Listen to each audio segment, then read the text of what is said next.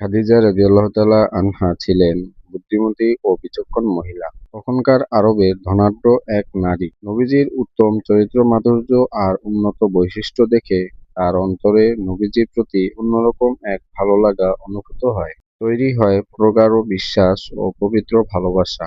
ফলে তাকে তিনি নিজের করে পেতে চাইলেন।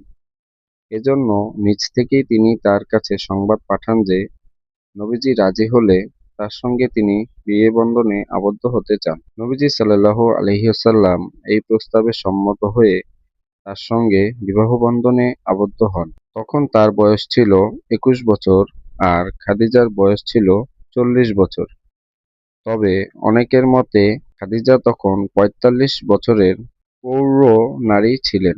বিয়ের সময় নবীজির বয়স কত ছিল এ সম্পর্কে কয়েকটি মত পাওয়া যায়। 21, 23, 29 ও 30 বছর। তবে সিরাতে মুস্তাফা সহ অন্যান্য গ্রন্থে 25 বছরের উল্লেখ করা হয়েছে।